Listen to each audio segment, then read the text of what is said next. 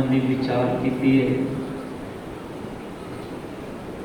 उत्थे हुक्म होया है भी सिख संगतां दे नाल सिख रहत मर्यादा के उपर विचारां कीतियां जाण। साडे विचों बहुते सिखां नूं शायद ये भी ना पता होवे भी सिख रहत मर्यादा है कि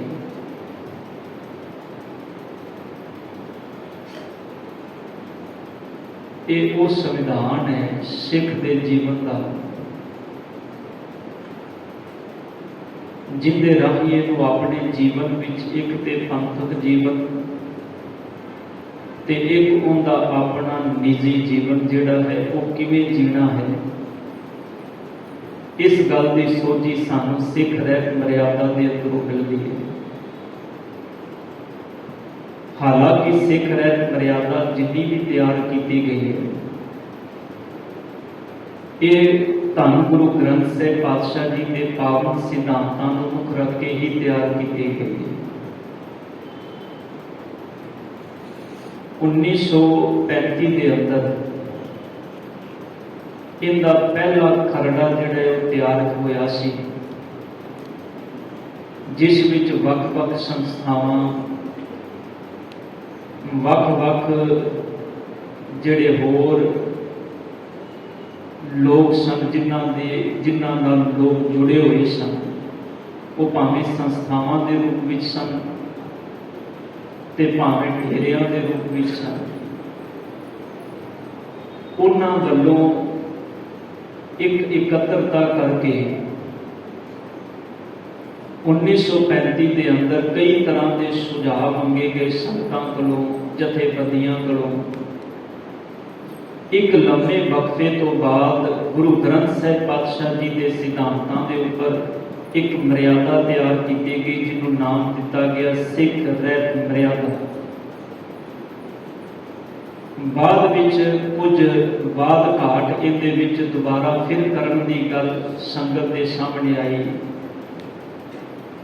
ते मुड़ के फिर 1945 के अंदर दोबारा तो कुछ बाद घाट करके पंथक रूप से इन्हां विद्वानां वालों बैठ के जिन्हां विचों सिख पंथ के सिरमौर विद्वान बैठे सन, बड़े सिरमौर विद्वान प्रिंसीपल गंगा जी जैसे, प्रिंसीपल वीर भाई साहब भाई वीर सिंह जी जैसे, भाई कान सिंह जी नाभा। हालांकि जो 1935 तक ये सारिया विचारा आरंभ चल रही सन ते भाई साहब भाई कान सिंह जी नाभा वो इहदे शामिल होते रहे, पर जिस वेले ये होंद विच आई सिख रहत मर्यादा उस वेले शरीर करके संसार से नहीं रहे सन। आप विचों बहुते सज्जन जानते भी होंगे कि भाई साहब भाई कान सिंह नाभा जी की बड़ी वड्डी देन है सिख पंथ, उन्हां दी बड़ी वड्डी देन है। भावां वो उस वक्त समाजिक तौर पर उन्होंने अनेक किताबां सिख पंथ की झोली विच पाईयां, उत्थे ही महान कोश वर्गी रचना भाई साहब भाई कान सिंह जी नाभा जी उन्होंने सिख पंथ की झोली विच पाई। महान कोश वो कोश है जिवें डिक्शनरियां होंदियां ने, आप अंग्रेजी की डिक्शनरी कोई शब्द नहीं समझ भी जाता, आप घर दे विच डिक्शनरियां रखियां हुई ने, आप उन्हां कोशां को वेखने। गुरु ग्रंथ साहिब पातशाह जी के अंदर कोई भी शब्द है जे साडी समझ विच नहीं आ रहा तो महान कोश नूं खोल के तुसीं उहनूं वेख सकते हो। एक एक शब्द दे भाई साहब भाई कान सिंह नाभा ने कई कई अर्थ जिहड़े ने वो महान कोश विच कीते ने। तुसीं वेख सकते हो कि उन्हां दी कितनी वड्डी घालना होएगी। साध संगत 4 अखर लिखने होना तो बंदा घबरा जाता भी किवें लिखां। एक एडी वड्डी रचना सच विच बंदा भुखा होवे ना ते महान कोश नूं चुकना भी औखा हो जाता है, एडी वड्डी रचना है। उन्होंने अपना जीवन सिख कौम के सिख पंथ के नाम लाया। ऐसे विद्वान सन जिन्हां की अगवाई में सिख रहत मर्यादा तैयार की गई। फिर सवाल यह आता है कि सिख रहत मर्यादा तैयार करने की जरूरत क्यों पई। कि मैं 2-4 गुढ़लियां जिहियां गल्लां करके आप जी नाल फिर आपां सिख रहत मर्यादा के अंदर आना भी इहदे अंदर की कुछ साडे लई लिखिआ है। सिख रहत मर्यादा की जरूरत क्यों पई? साध संगत आपां सारे जानते हैं भी एक लंबा समा जिस वेले बाबा बंदा सिंह बहादुर जी की शहादत होती है, भाई मनी सिंह जी की शहादत 1734 के अंदर होती है। फिर सिख पंथ के 2 घल्लूकारे वापरते हैं, एक छोटा घल्लूकारा ते एक वड्डा घल्लूकारा 1745 ते 1762। इन्हां घल्लूकारियां दे अंदर एक वड्डी गिनती सिख कौम की जिहड़ी है वो शहीद हुई, वड्डी गिनती। तुसीं हैरान हो जाओगे पढ़ के भी इन्हां घल्लूकारियां दे अंदर जिथे छोटे घल्लूकारे दे अंदर तकरीबन 5000 तो 10,000 के करीब सिंह शहीद होए, उत्थे वड्डे घल्लूकारे दे अंदर तकरीबन 30,000 तो लैके 50,000 तक सिख शहीद होए। तकरीबन अद्धी कौम जिहड़ी है वो शहीद कर दी गई सी 1762 के अंदर। पर सिख कौम के जथेदार बड़ी चढ़दियां कला वाले सन। भाई साहब भाई जस्सा सिंह आलूवालिया वर्गे, भाई साहब भाई जस्सा सिंह रामगढ़िया वर्गे, जिन्हां ने अनेकों फट अपने शरीर से खा के भी कौम की फिर अगवाई की। मैदाने जंग विच भाई साहब भाई जस्सा सिंह आलूवालिया उन्होंने शरीर से 22 तो वध फट लगे सन तलवारां दे, 22 तो वध फट, पूरे शरीर विचों लहू निकल रहा से ते किसी ने ना आके कह दिता, भाई साहब भाई बाज सिंह ने पिछों आके कहा भी भाई साहब भाई जस्सा सिंह आलूवालिया जी तुसीं इत्थों निकल जाओ, तुसीं इत्थों चले जाओ, ये समा जान बचाने दा है, तुसीं चले जाओ, जान बच जाएगी, तुसीं पंथ की अगवाई दोबारा फिर करोगे। ते भाई जस्सा सिंह आलूवालिया ने कोई बचन किया सी, कहने लगे जे मैं इत्थों हुण चला गया ना तो कल मैं अपनी कौम को मुंह नहीं दिखा सकांगा कि जो समा सी उदों मैदाने जंग विचों जस्सा सिंह आलूवालिया भज गया। ऐसे सन साडे उपर जीवड़े जथेदार। खैर वो एक समा ऐसा आया भी सिख जंगलों के अंदर रहन लगे, सिखां के सिरां ते इनाम रखे गए, जिहड़ा कोई गुरुद्वारे का नाम भी देता सी ते उहनूं मार दिता जाता सी। पाबंदियां ला दित्तियां गईयां, कोई घर के अंदर गुड़ शब्द नहीं बोलेगा क्योंकि गुड़ बोलिया भी गुरु चेते आता है। ध्यान देना, ये साडा मानवता इतिहास है साध संगत जी, जिथों निकल के असी इस थां ते अज पहुंचे हैं। एक समा फिर वो आया 18वीं सदी का, जो मिसलां बन गई सिखां दियां, फिर खालसे पंथ की नींह, खालसे राज की नींह महाराजा रणजीत सिंह जी उन्हें रखी। उन्हें वड्डियां जगीरां गुरुद्वारियां के नाम से लाइया, बहुत वड्डियां जगीरां। जगीरां लाने का मतलब यह सी कि गुरुद्वारियां का प्रबंध चंगे ढंग नाल चलदा रहे। अज असीं गुरुद्वारियां का प्रबंध चला लई, गुरुद्वारियां के घरां दे विच गोलकां रखियां, माया जरूरी है, प्रबंध कोई भी चलाना तुसीं उहदे लई माया की जरूरत है। और ध्यान देना, इसे कारण महाराजा रणजीत सिंह ने बड़ियां वड्डियां जगीरां लाइयां गुरुद्वारियां के नाम से। पर उस समय ऐसा सी कि गुरुद्वारे सेवापंथी उदासीए ते जिहड़े होर इहो जिहे सिख सन उन्हां दे हत्थ विच गुरुद्वारियां दे प्रबंध सन। गुरुद्वारियां दे प्रबंध लंबा समा उदासियां दे हत्थ विच, सेवापंथियां दे हत्थ विच रहे। इन्हां दी सेवा बड़ी वड्डी सी, असीं उन्हां दी सेवा तो मुनकर नहीं हो सकते। उस समय अंदर भी इन्हां गुरुद्वारियां दा प्रबंध चलाया, पर इन्हां दे समय दे अंदर गुरुद्वारियां दे प्रबंध जिहड़े ने वो बिल्कुल मर्यादा तो हिले हो गए। देखण तो बाहरों गुरुद्वारा नजर आंदा सी, पर अंदर टल खड़कते होंदे सन, आरतियां होंदियां सन दीवे जगा के, अंदर मूर्तियां रखियां हुई सन गुरुद्वारियां दे अंदर, जिथे आके लोग मत्थे टेकते सन। ये गुरुद्वारियां का प्रबंध बन गया सी उस वेले। यही कारण है कि 1870 के दहाके दे विच श्री दरबार साहिब जी की जिहड़ी परिक्रमा तुसीं अज वेखदे हो, इस सारी परिक्रमा के अंदर चारे पासे पंडित ज्योतिषी बैठे होंगे सन, जिहड़े ਜਿਹੜੇ ਹੱਥ ਵੇਖਦੇ ਸਨ ज्योतिष विद्या के अनुसार आई गई संगत को मूर्तियां दित्तियां जांदियां सन घरां विच स्थापित करने लई बकायदा प्रकरमां दे अंदर मूर्तियां स्थापित कर दित्तियां गईयां सन दरबार साहिब जी दी प्रकरमां विच ऐसे हालात सन देखण नूं गुरुद्वारा नज़र आउंदा सी पर मर्यादा गुरुद्वारे वाली नहीं रही सी। इस समय के अंदर भाई ठाकुर सिंह संधा वालीए वर्गे ज्ञानी ज्ञान सिंह वर्गे इन्हां दे मन विच एक पीड़ा पैदा हुई भी क्यों ना गुरुद्वारियां दा प्रबंध ठीक किया जाए। इहदे विचों 1883 ईस्वी नूं एक मूवमेंट आरंभ हुई जिस मूवमेंट का नाम सी सिंह सभा लहर।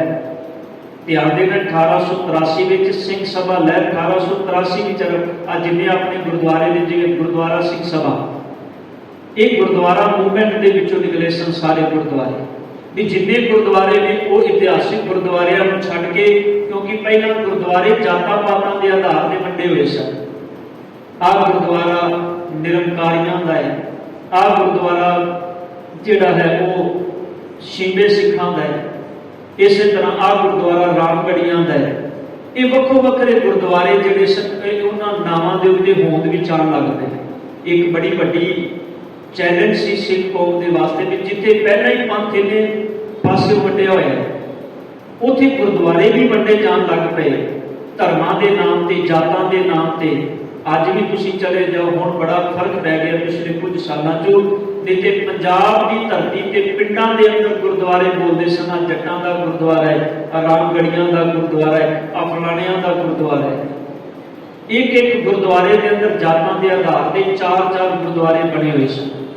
ये मालक की कृपा हुई थोड़ा जहा हम फर्क पिया है लोगों को समझ आई गुरु सिद्धांत की गुरु मर्यादा की ये चीज़ां तब्दील हुई। खैर 1883 अंदर सिंह सभा लहर चली उन्हें इस विच बड़ा वड्डा मोड़ लिया।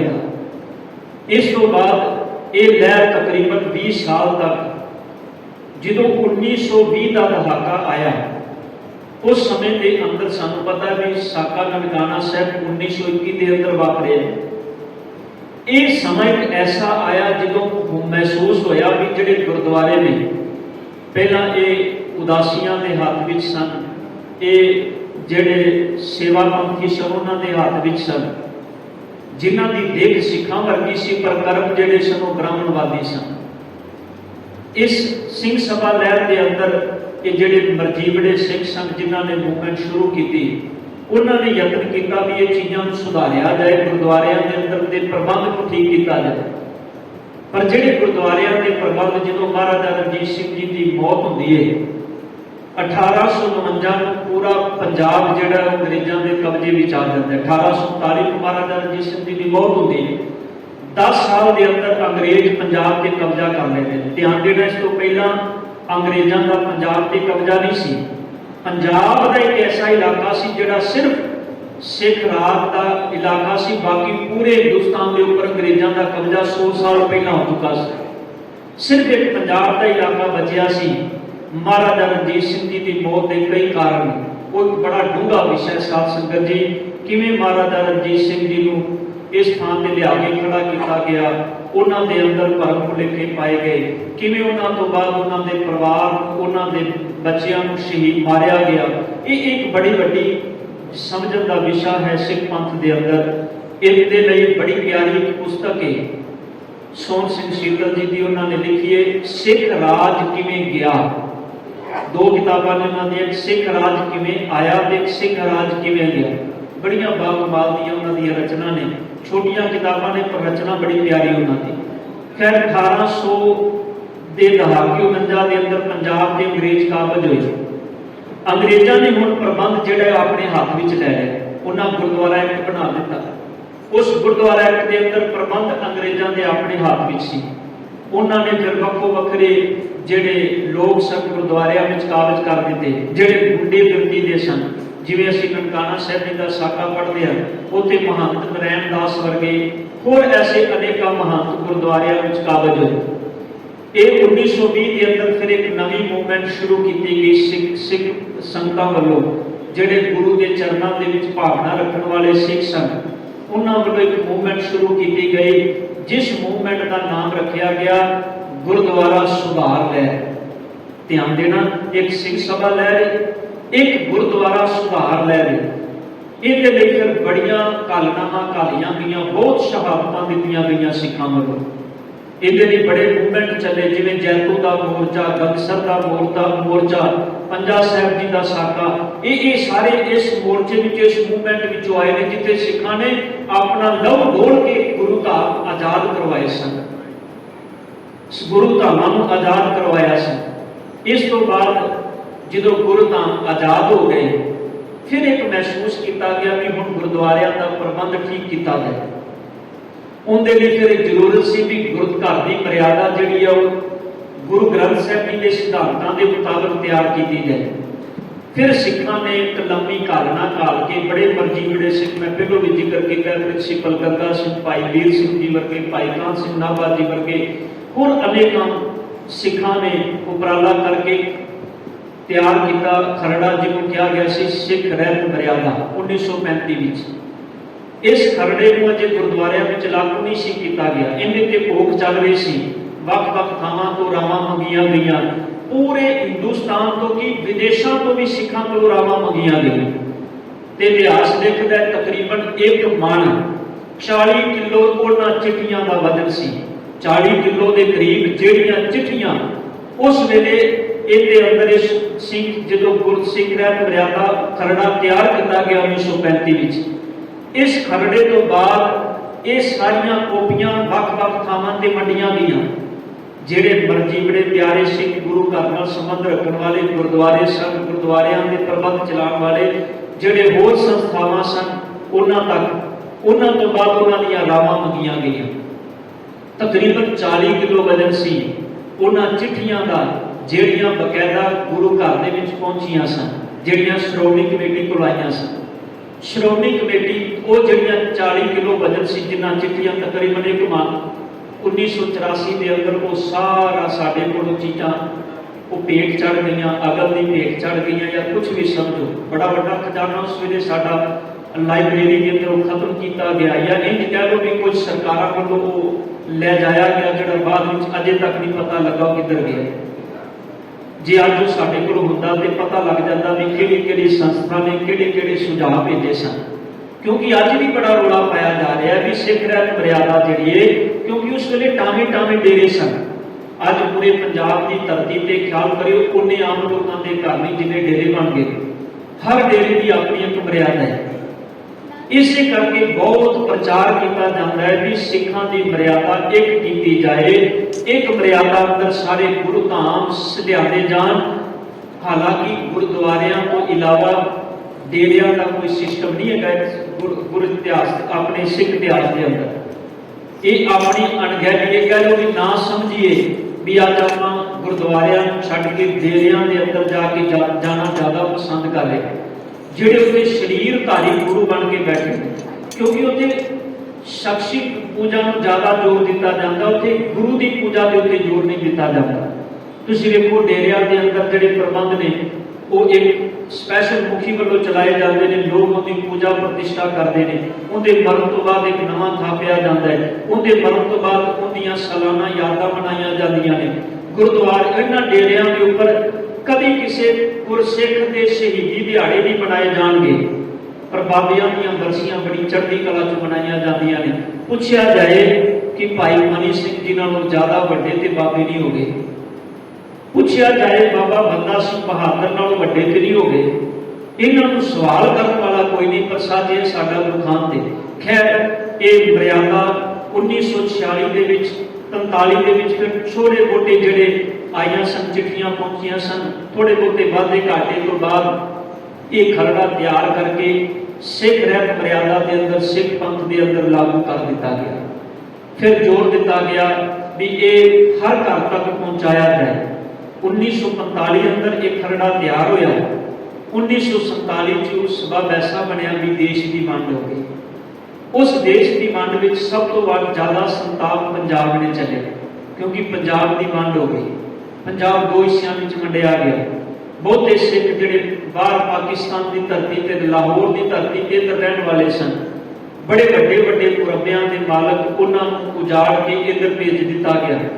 इधर उन्होंने फिर एक थां ते नहीं बिठाया गया, ਵੱਖ-ਵੱਖ ਥਾਵਾਂ ਤੇ शिफ्ट कर दिता गया, वंड दिता गया पूरी ਥਾਵਾਂ ਦੇ ਉੱਪਰ।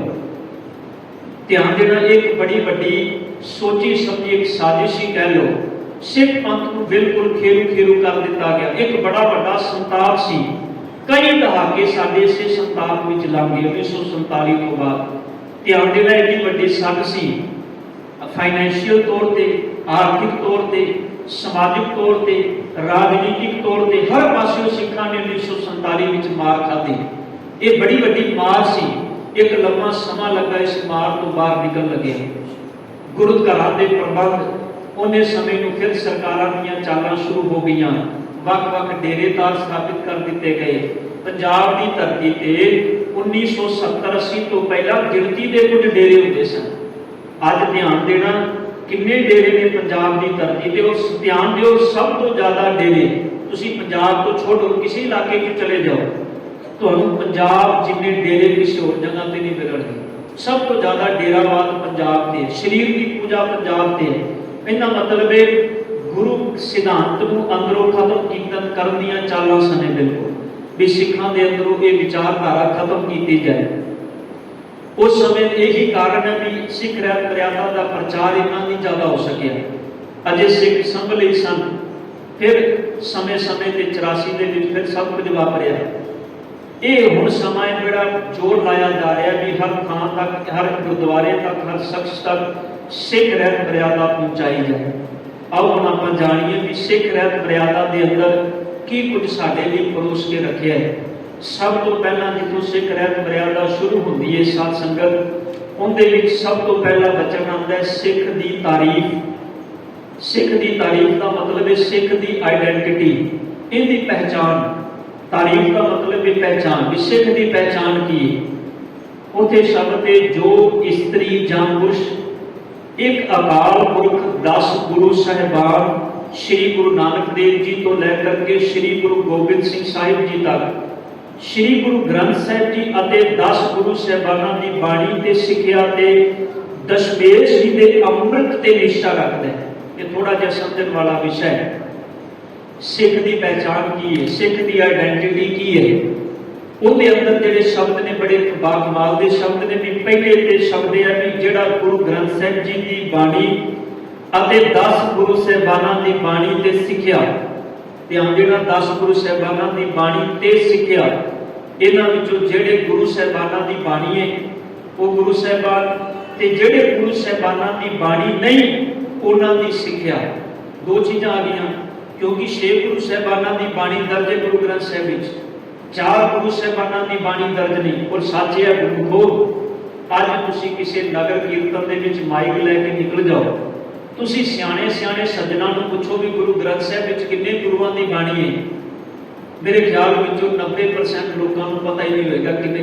एक कितना वड्डा तूफान ते साडी कौम दे लई भी असीं इन्ना कुछ करन जा रहे हैं, पर सानूं इन्ना नहीं पता भी किन्ने गुरु साहिबाना की बाणी गुरु ग्रंथ साहिब विच दर्ज है।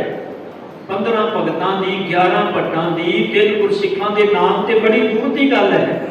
सानूं इन्ना पता नहीं अजे तक भी गुरु ग्रंथ साहिब विच किन्ने गुरुआं की बाणी है। इस करके जे 2 शब्द वरते ने, एक ते शब्द वरतिया भी श्री गुरु ग्रंथ साहिब अते 10 गुरु साहिबाना की बाणी। हुण सिख जे सिर्फ इन्ना लिख दिता जाता एक सवाल पैदा होना सी कि 10 गुरु साहिबाना की बाणी तो है ही नहीं गुरु ग्रंथ साहिब विच। हालांकि जो गुरु ग्रंथ साहिब जी को गुरसिख पढ़ता है तो मेरे सतगुरु पातशाह जी के वचन ने, सतगुरु कहते हैं जोत रूप हर आप गुरु नानक कहायो, आते अंगद भयो तत् स्यो तत् मिलायो, अंगद कृपा धार अमर सतगुरु फिर पियो, अमरदास अमरत सतर गुरु रामै दियो। हालांकि गुरु साहिबाना ने अपनी बाणी लिखन लगिया किते भी ये नहीं लिखिया गुरु नानक साहिब जी का पद शब्द नानक ही हर गुरु ने वरते है। गुरु अंगद साहिब जी ने किते नहीं लिखिया भी ये बाणी गुरु अंगद दी है। गुरु अमरदास साहिब ने किते नहीं लिखिया बाणी गुरु अमरदास जी की। महला दूजा शरीर, महला का मतलब होता है शरीर, शरीर दूजा है पर पद जिहड़ा है वो नानक ही वरते है कि ये बाणी गुरु नानक की जोत नाल ही प्रगट हुई बाणी है। इस करके साध संगत के भुलेखा सानू अपने मनां विचों खत्म करना चाहिए।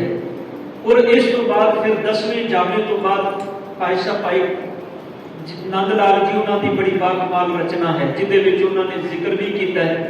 वो कहते ने हमू नानकस हमू अमगदस हमू अमरदास अफजलो अमजद अस हमू रामदासो हमू अर्जन गुरु हमू हर गोबिंद एहसनो एहसन अस्त।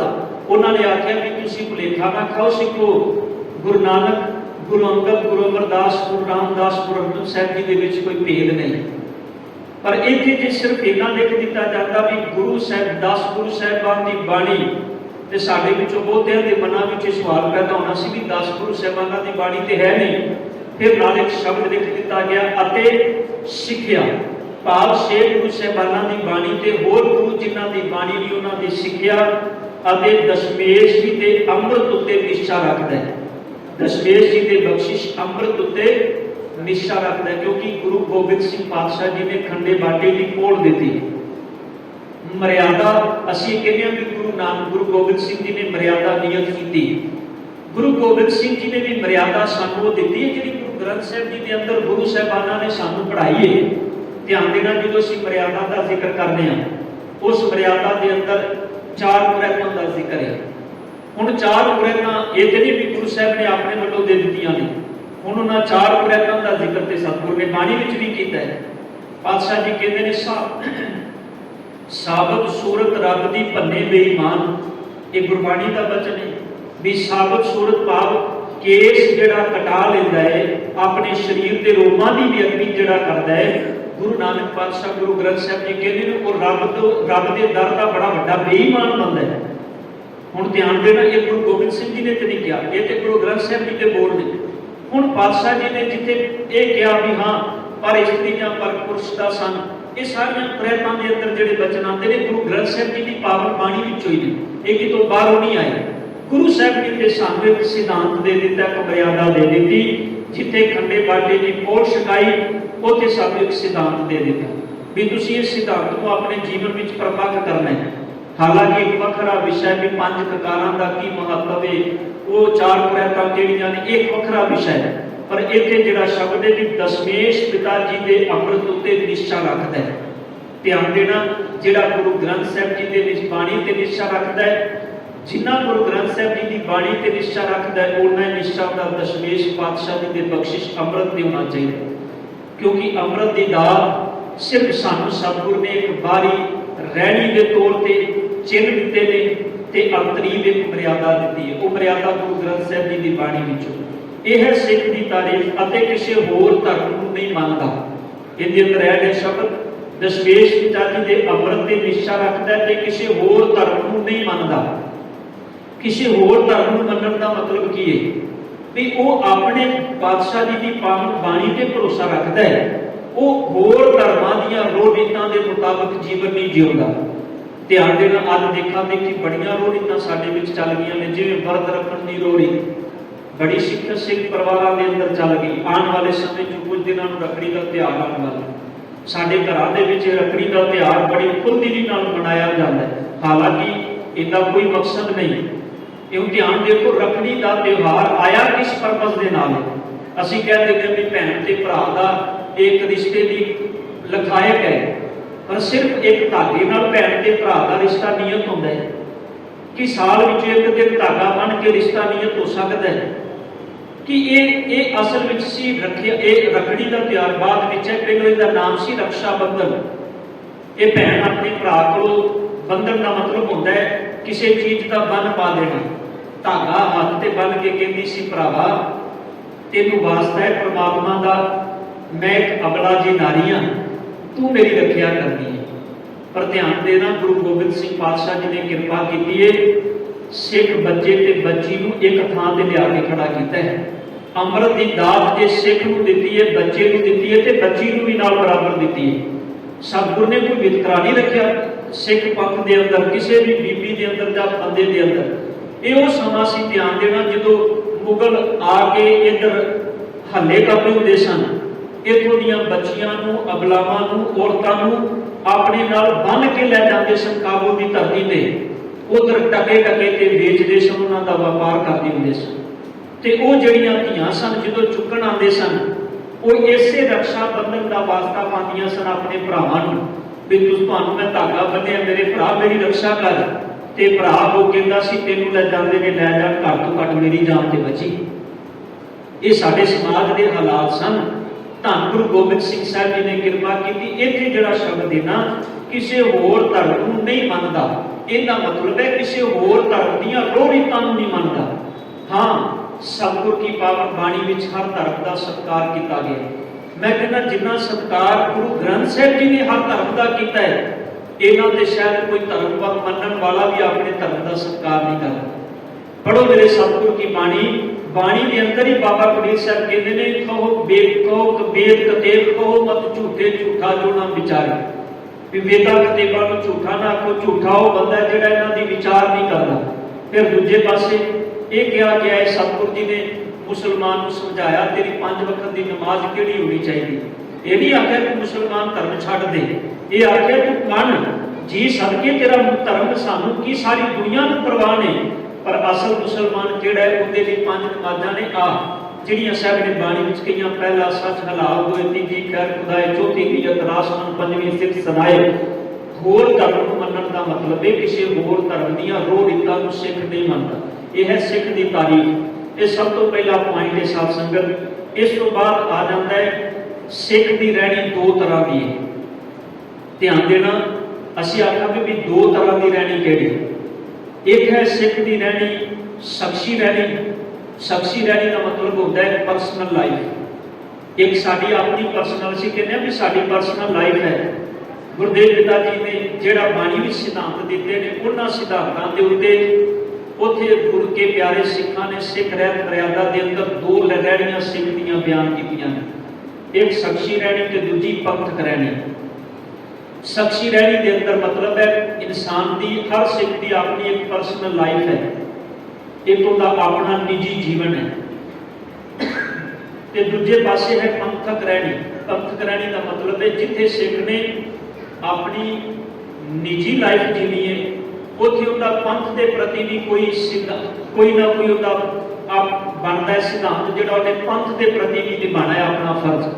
ਜਿੱਥੇ ਉਹ ਆਪਣੀ ਪਰਸਨਲ ਲਾਈਫ ਜੀ ਰਿਹਾ ਹੈ, ਉੱਥੇ ਉਹਦਾ ਪੰਥ ਦੇ ਲਈ ਵੀ ਬੜਾ ਵੱਡਾ ਉਹਦਾ ਵਿਚਾਰ ਹੈ, ਉਹ ਆਪਣਾ ਆਪਾ ਪੰਥ ਲਈ ਵੀ ਦੇਣ ਦੇ ਲਈ ਤਿਆਰ ਹੋਵੇ। ਇਸ ਕਰਕੇ ਸਿੱਖ ਦੀ 2 ਤਰ੍ਹਾਂ ਦੀ ਰਹਿਣੀ ਹੈ, ਪੰਥਕ ਰਹਿਣੀ ਤੇ ਸ਼ਖਸੀ ਰਹਿਣੀ। ਹੁਣ ਪਹਿਲਾ ਪੁਆਇੰਟ ਹੈ ਸ਼ਖਸੀ ਰਹਿਣੀ। ਸ਼ਖਸੀ ਰਹਿਣੀ ਦੇ ਅੰਦਰ ਧਿਆਨ ਦੇਣਾ 3 ਸਿਧਾਂਤ ਨੇ। ਪਹਿਲਾ ਸਿਧਾਂਤ ਹੈ ਨਾਮ ਬਾਣੀ ਦਾ ਅਭਿਆਸ, ਦੂਜਾ ਸਿਧਾਂਤ ਹੈ ਗੁਰਮਤਿ ਦੀ ਰਹਿਣੀ ਤੇ ਤੀਜਾ ਸਿਧਾਂਤ ਹੈ ਸੇਵਾ। ਇਹ ਜਿਹੜੀ ਸਾਡੀ ਪਰਸਨਲ ਲਾਈਫ ਹੈ, ਸ਼ਖਸੀ ਰਹਿਣੀ ਹੈ, ਇਹਦੇ ਅੰਦਰ 3 ਪੁਆਇੰਟ ਦਿੱਤੇ ਗਏ ਨੇ। ਹੁਣ ਪਹਿਲਾ ਪੁਆਇੰਟ ਜਿਹਦੀ ਆਪਾਂ ਚਰਚਾ ਕਰਨ ਲੱਗੇ ਆ, ਉਹ ਹੈ ਨਾਮ ਬਾਣੀ ਦਾ ਅਭਿਆਸ। ਪਰਸਨਲ ਲਾਈਫ ਸਿੱਖ ਦੀ ਕੈਸੀ ਹੋਣੀ ਚਾਹੀਦੀ। ਉਹਦੇ ਅੰਦਰ ਪਹਿਲਾ ਹੈ ਨਾਮ ਬਾਣੀ ਦਾ ਅਭਿਆਸ। ਵੀ ਨਾਮ ਬਾਣੀ ਦਾ ਅਭਿਆਸ ਕੀ, ਪਹਿਲਾ ਪੁਆਇੰਟ ਦਿੱਤਾ ਹੈ ਸਿੱਖ ਅੰਮ੍ਰਿਤ ਵੇਲੇ ਪਹਿਰ ਰਾਤ ਰਹਿੰਦੀ ਜਾਗ ਕੇ ਇਸ਼ਨਾਨ ਕਰੇ। ਵੀ ਸਿੱਖ ਅੰਮ੍ਰਿਤ ਵੇਲੇ, ਹੁਣ ਅੰਮ੍ਰਿਤ ਵੇਲੇ ਦਾ ਮਤਲਬ ਹੈ ਸਵਖਤਾ ਸਮਾਂ। ਅੰਮ੍ਰਿਤ ਵੇਲੇ ਜਿਹਦੇ ਅੰਦਰ ਸਤਿਗੁਰ ਨੇ ਪਾਵਨ ਬਾਣੀ ਅੰਦਰ ਬੜੀਆਂ ਉਦਾਹਰਨਾਂ ਦਿੱਤੀਆਂ ਨੇ, ਜਿਹਦੇ ਅੰਦਰ ਸਤਿਗੁਰ ਨੇ ਅੰਮ੍ਰਿਤ ਵੇਲੇ ਦੀ ਮਹਾਨਤਾ ਦਾ ਜ਼ਿਕਰ ਕੀਤਾ ਹੈ। ਇੱਥੇ ਕਿਹਾ ਵੀ ਜਿਹੜਾ ਸਿੱਖ ਪਰਸਨਲ ਲਾਈਫ ਹੈ, ਸਿੱਖ ਦੀ ਸ਼ਖਸੀ ਰਹਿਣੀ ਹੈ, ਹਰ ਸਿੱਖ ਜਿਹੜਾ ਹੈ ਅੰਮ੍ਰਿਤ ਵੇਲੇ ਪਹਿਰ ਰਾਤ ਰਹਿੰਦਿਆਂ ਉੱਠੇ। ਇਹਦਾ ਮਤਲਬ ਇਹ ਨਹੀਂ ਹੁਣ ਪਹਿਰ ਰਾਤ ਰਹਿੰਦਿਆਂ ਉੱਠਣ ਦਾ ਮਤਲਬ ਹੈ ਜਦੋਂ ਇੱਕ ਪਹਿਰ ਰਾਤ ਰਹਿ ਗਈ, 4 ਪਹਿਰ ਦੇਣੇ ਤੇ 4 ਪਹਿਰ ਰਾਤ ਹੈ। ਜੇ ਅਸੀਂ 4 ਪਹਿਰ ਰਾਤ ਨੂੰ ਵੰਡੀਏ ਤੇ ਸਵੇਰੇ 3 ਵਜੇ ਤੋਂ ਲੈ ਕੇ 6 ਵਜੇ ਦਾ ਚੌਥਾ ਪਹਿਰ ਬਣਦਾ ਹੈ। ਇਹਦਾ ਮਤਲਬ ਹੈ ਸਿੱਖ ਜਿਹੜਾ ਹੈ 3 ਵਜੇ, ਹੁਣ 3 ਵਜੇ ਉੱਠਣਾ ਤੇ ਹਰ ਸਿੱਖ ਆਖੇਗਾ ਜੀ ਬੜਾ ਔਖਾ ਹੈ ਅੱਜ ਦੇ ਸਮੇਂ 'ਚ, ਵੀ 3 ਵਜੇ ਕੌਣ ਉੱਠੇ, ਸਾਰਾ ਦਿਨ ਦਾ ਥੱਕਿਆ ਬੰਦਾ ਰਾਤ ਨੂੰ 11-12 ਵਜੇ। ਹੁਣ ਇਹ ਔਖਾ ਹੈ, ਪਰ ਇਹਨੂੰ ਆਪਣੇ ਜੀਵਨ ਦੇ ਵਿੱਚ ਆਪਾਂ ਆਪ ਕਿਵੇਂ, ਹੁਣ ਜਿਹੜੇ ਕਈ ਐਸੇ ਤੁਹਾਨੂੰ ਲੋਕ ਮਿਲਣਗੇ ਜਿਹੜੇ ਬੜੀਆਂ ਵੱਡੀਆਂ ਨੌਕਰੀਆਂ ਕਰਦੇ ਨੇ, ਪਰ ਉਹਨਾਂ ਇੱਕ ਨੇਮ ਬਣਾਇਆ ਆਪਣੀ ਜ਼ਿੰਦਗੀ ਦਾ। ਉਹਨਾਂ 10-11 ਵਜੇ ਦੇ ਵਿੱਚ ਰਾਤ ਨੂੰ ਸੋ ਜਾਣਾ ਹੈ ਤੇ ਸਵੇਰੇ 4 ਵਜੇ ਉੱਠ ਜਾਣਾ ਹੈ 6-7 ਘੰਟੇ ਦੀ ਨੀਂਦ ਲੈ ਕੇ। ਇੰਨੀ ਨੀਂਦ ਬੜੀ ਜ਼ਰੂਰੀ ਹੈ ਹਰ ਬੰਦੇ ਦੇ ਲਈ, 6-7 ਘੰਟੇ ਦੀ ਨੀਂਦ। ਪਰ ਜੇ ਅਸੀਂ ਆਖੀਏ ਵੀ ਰਾਤ 12 ਵਜੇ ਤੱਕ 1 ਵਜੇ ਤੱਕ ਸੋਣਾ ਹੀ ਨਹੀਂ, ਤੇ ਖਿਆਲ ਕਰਿਓ ਫਿਰ ਸਾਡਾ ਪਹਿਰ ਰਾਤ ਰਹਿਣ ਵਾਲਾ ਜਿਹੜਾ ਅੰਮ੍ਰਿਤ ਵੇਲਾ ਉਹ ਤੇ ਪਹੁੰਚ ਗਿਆ। ਉਂਝ ਸਿੱਖ ਜਿਸ ਵੇਲੇ ਮਰਜ਼ੀ ਬਾਣੀ ਪੜ੍ਹੇ, ਸਭ ਵੇਲਾ ਹੀ ਅੰਮ੍ਰਿਤ ਤੇ ਜਦੋਂ ਬਾਣੀ ਪੜ੍ਹਦਾ ਹੈ।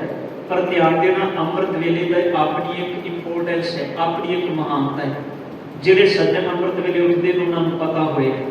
ਧਿਆਨ ਦੇਣਾ, ਬੱਦਾ ਚੱਕੀ ਮੇਰੇ ਵਰਗੇ ਉੱਠਣ ਵਾਲੇ ਨਹੀਂ ਜਿਨ੍ਹਾਂ ਡਿਊਟੀ ਕਰਨੀ ਹੈ, ਜਿਨ੍ਹਾਂ ਦਾ ਸੱਚ ਗੁਰੂ ਨਾਲ ਪਿਆਰ ਹੈ, ਜਿਹੜੇ ਅੰਮ੍ਰਿਤ ਵੇਲੇ ਉੱਠਦੇ ਨੇ ਉਹਨਾਂ ਕੋਲ ਪੁੱਛ ਕੇ ਵੇਖੋ ਅੰਮ੍ਰਿਤ ਵੇਲੇ ਦੀ ਕੀ ਮਹਾਨਤਾ ਹੈ। ਉਹ ਦੱਸਣਗੇ ਤੁਹਾਨੂੰ ਅੰਮ੍ਰਿਤ ਵੇਲੇ ਕਿੰਨਾ ਖੇੜਾ ਪੈਦਾ ਹੁੰਦਾ ਜੀਵਨ ਵਿੱਚ।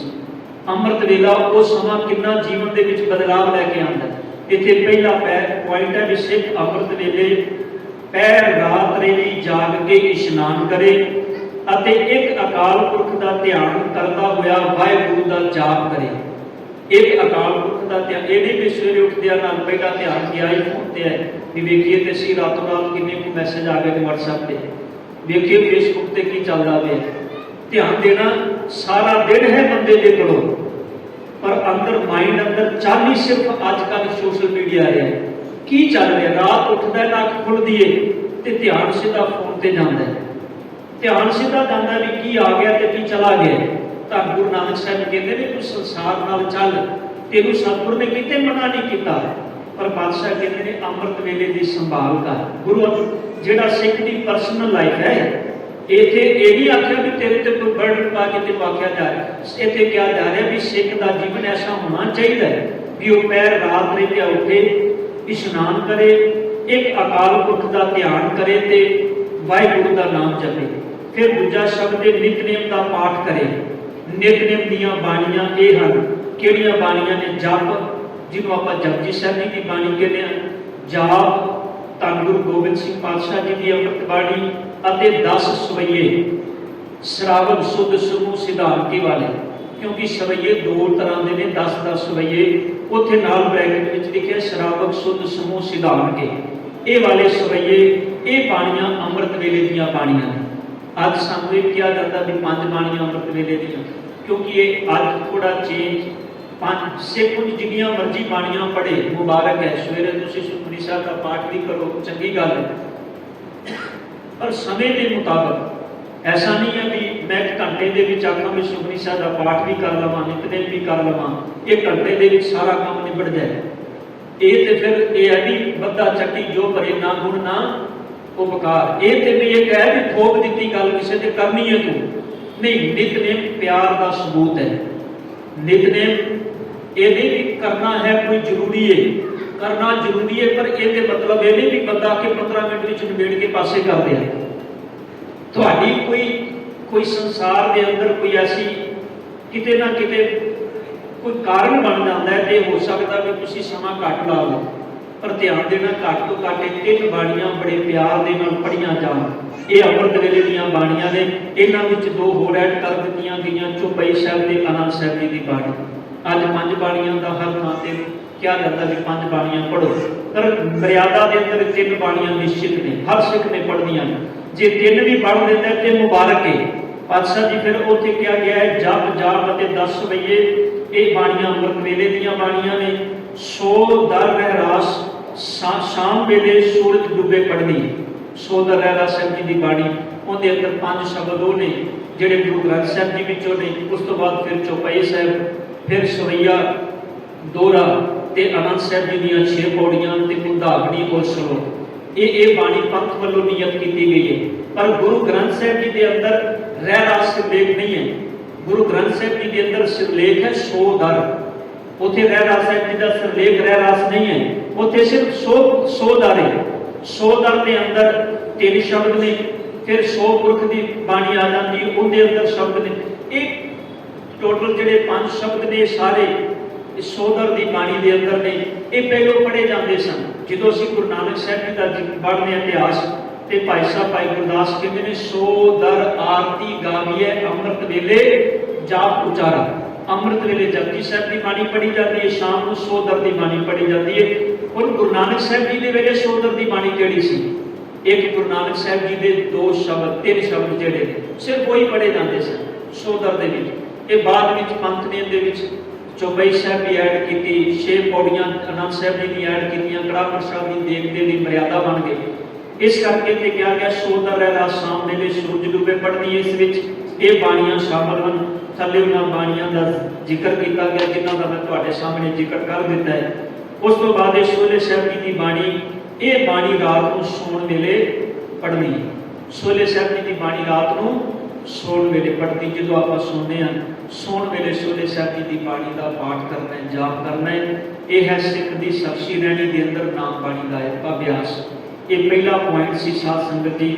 ਇਸ ਤੋਂ ਅੱਗੇ ਫਿਰ ਦੂਜਾ ਪੁਆਇੰਟ ਹੈ ਅਰਦਾਸ। ਫਿਰ ਇਸ ਤੋਂ ਅੱਗੇ ਗੁਰਦੁਆਰੇ ਦਾ ਆ ਜਾਏਗਾ ਸਾਰਾ। ਸਿੱਖ ਨੇ ਗੁਰਦੁਆਰੇ ਕਿਵੇਂ ਜਾਣਾ ਹੈ, ਉਹਦੀ ਪਰਸਨਲ ਲਾਈਫ ਦੇ ਅੰਦਰ ਸ਼ਖਸੀ ਰਹਿਣੀ ਦੇ ਅੰਦਰ ਕਿਹੜੀਆਂ ਕਿਹੜੀਆਂ ਆਉਂਦੀਆਂ ਨੇ।